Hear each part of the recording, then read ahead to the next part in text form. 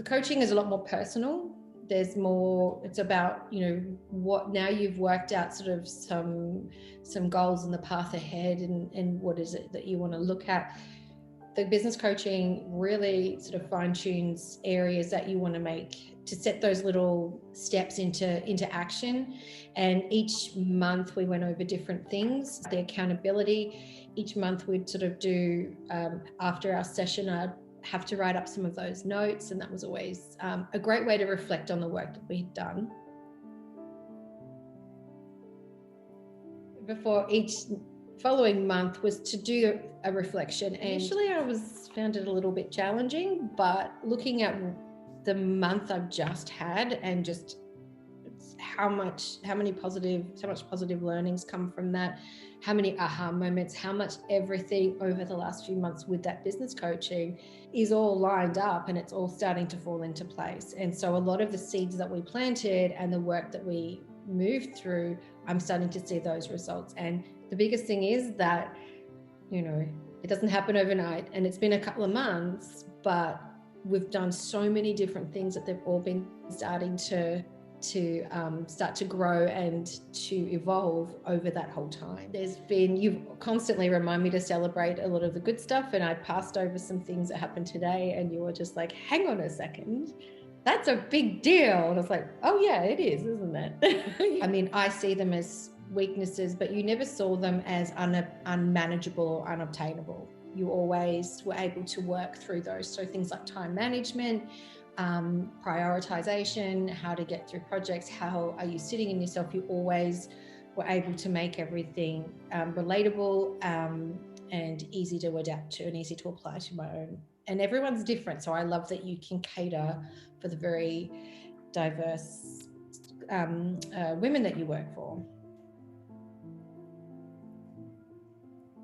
It goes a lot deeper. You bring in meditation, you bring in breath work, you bring in that heart-centered aspect of, where am I sitting in myself? What is it?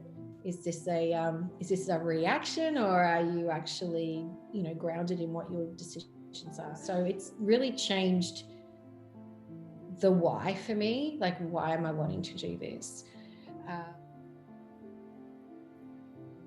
I mean, I've had so many good things happen. I don't name them all. A big thing that's happened over this time, I'm working with a publisher called Scholastic, and I'd been working with them before, but they had asked me to come up with an idea for a graphic novel, which is something I've never ever done before. And it's been an amazing journey because of the work that I've been putting into it, but that's now come into prospects and it's all coming together, and there's a conversation and there's a contract and there's all these things, and then they said, can you do 2 books?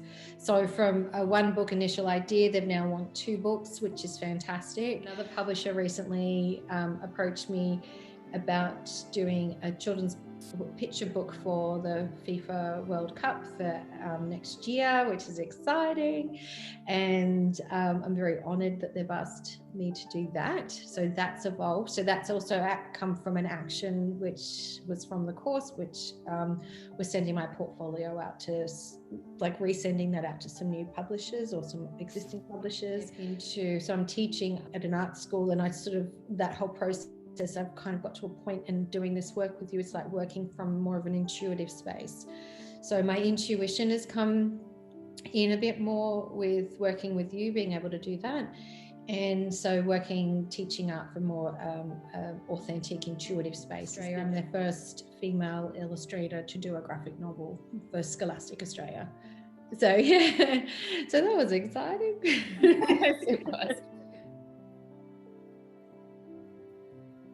Hold on to your hats. Look, I had no idea what I was getting into. I didn't really know what I wanted to do other than how I have been working for most of my life. I was kind of winging it, and where I felt energetically I wanted to go, I couldn't wing it anymore. I had to be very clear about what it was I wanted to do.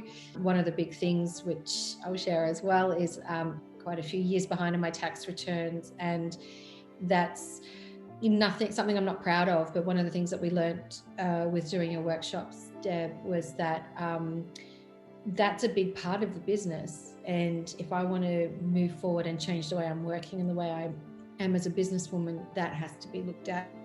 So that was having to overcome those fears and that avoidance and take responsibility, because that is a big part of my business. It's a big part of anyone's business. So you can't have one without the other. So I had to work on facing those fears and now moving beautifully, and it wasn't as hard as I thought it would be. I mean, it's been an absolute joy getting to know you and working with you, and the work that and the investment that you put into this is beyond what I was ever expecting from a business coach. So it's I don't get part of you, I get all of you, and I think that's something that we all experience, which I think is amazing. So much of where I'm at would not have happened if it wasn't for that investing in myself and having someone that was so incredibly available